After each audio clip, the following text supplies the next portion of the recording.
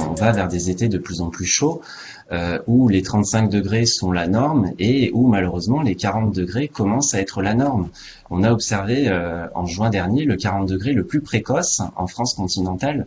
Donc on voit que ces températures extrêmement élevées ont tendance à arriver plus tôt dans la saison, ont tendance à se généraliser à des régions qui ne l'avaient pas encore connues et ont tendance aussi à s'attarder plus tard dans la saison.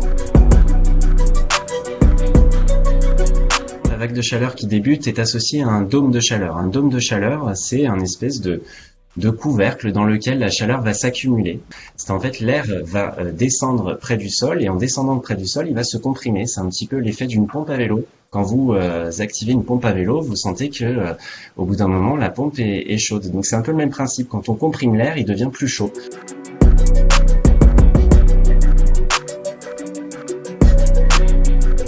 C'est la position de cette goutte froide d'altitude qui est encore assez incertaine puisqu'elle peut varier entre selon les différents modèles qu'on peut observer. On peut avoir une goutte froide qui pourrait être positionnée plutôt vers plus près de la péninsule ibérique et plus près du proche Atlantique pour nous, ou en revanche rester plutôt vers les Açores. Ce qui n'aurait pas du tout la même influence ni la même conséquence sur le pays.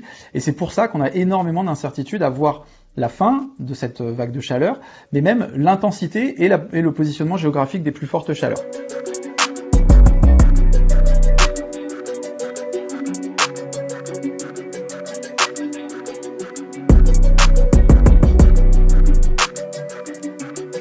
À l'horizon actuel, on est sur un pic qui va être situé a priori entre samedi et mardi prochain. Les températures devraient progressivement baisser, mais rester quand même très largement au-dessus des valeurs de saison. Donc on s'attend a priori, à minima, un scénario où la vague de chaleur pourrait durer entre 8 et 10 jours à minima. Sans le changement climatique, eh bien, ces vagues de chaleur auraient été moins intenses, de 1,5 degré à 3 degrés par rapport à une situation donc sans changement climatique. J'aurais tendance à effectivement m'inquiéter de voir la répétition de ces vagues de chaleur, notamment dans un contexte de réchauffement climatique. Il y a des années qui sont finalement un petit peu une sorte de fenêtre ouverte sur le futur qui nous attend.